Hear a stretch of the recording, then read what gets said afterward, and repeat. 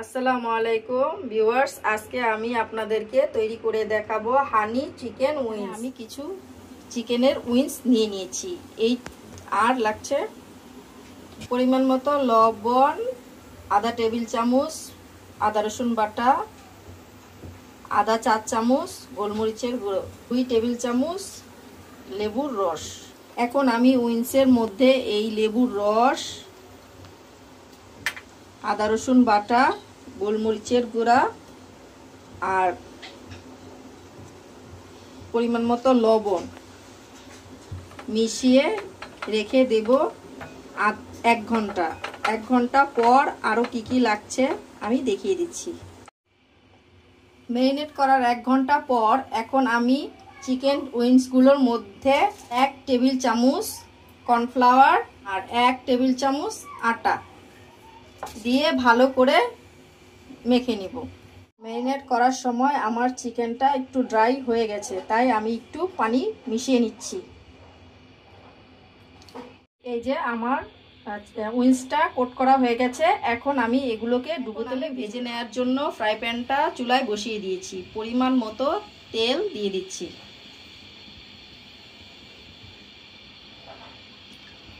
তেলটা গরম হওয়ার পর আমি উইংসগুলো ছেড়ে দিব। আর তেলটা গরম হয়ে গেছে, এখন আমি এক এক করে উইংসগুলো ছেড়ে দিচ্ছি।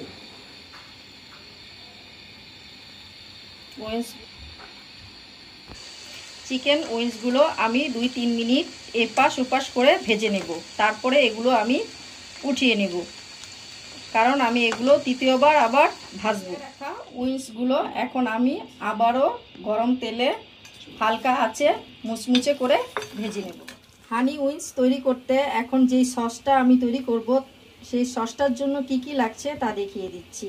এখানে আমি নিয়েছি আদা 4 চামচ চিনি, করে নিয়েছি আধা 4 চামচ গোলমরিচের গুঁড়ো, আর আমি এটা ডেকোরেশনের জন্য ভাজা তিল নিয়েছি। এটা শুধু ডেকোরেশনের কাজেই লাগবে। আর নিয়েছি আধা কাপ পরিমাণ টমেটো সস, 2 টেবিল চামচ সয়া সস, আর নিয়েছি হানি মানে মধু। এখন আমি একটি বাটির মধ্যে সবগুলো উপকরণ একসাথে মিশিয়ে নিচ্ছি। নিয়ে নিচ্ছি টমেটো সস, সয়া সস, মধু,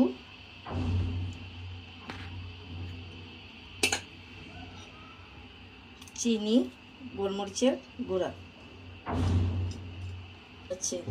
সবগুলো উপকরণ আমি ভালো করে মিক্স করে নিচ্ছি। এখন এগুলো আমি চুলায় বসিয়ে দিই। চিকেন হানি উইংসটা তৈরি করতে প্যানটা বসিয়ে দিয়েছি।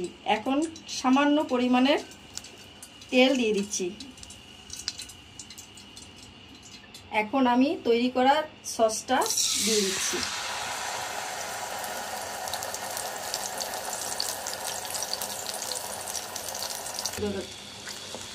আমি সুন্দর করে সসটা ভালো করে নেড়ে চেড়ে ফুটিয়ে নিচ্ছি। এখন আমি সসটার মধ্যে সবগুলো চিকেন উইংস দিয়ে নাড়াচাড়া করে নামিয়ে ফেলবো। পরিবেশন করে ফিরে আসছি।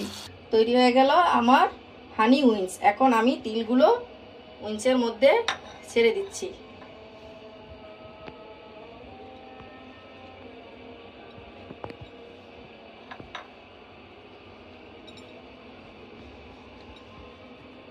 হয়ে গেল আমার হানি চিকেন উইংস। রেসিপিটি আপনারা ঘরে তৈরি করে খাবেন। খুব সহজ এই রেসিপিটি। যদি ভালো লেগে থাকে তাহলে লাইক, কমেন্ট এবং শেয়ার করতে ভুলবেন না। আর আমার চ্যানেলটি অবশ্যই সাবস্ক্রাইব করে বেল আইকনটি বাজিয়ে পাশে থাকবেন। আর যারা পাশে আছেন তাদেরকে অসংখ্য ধন্যবাদ।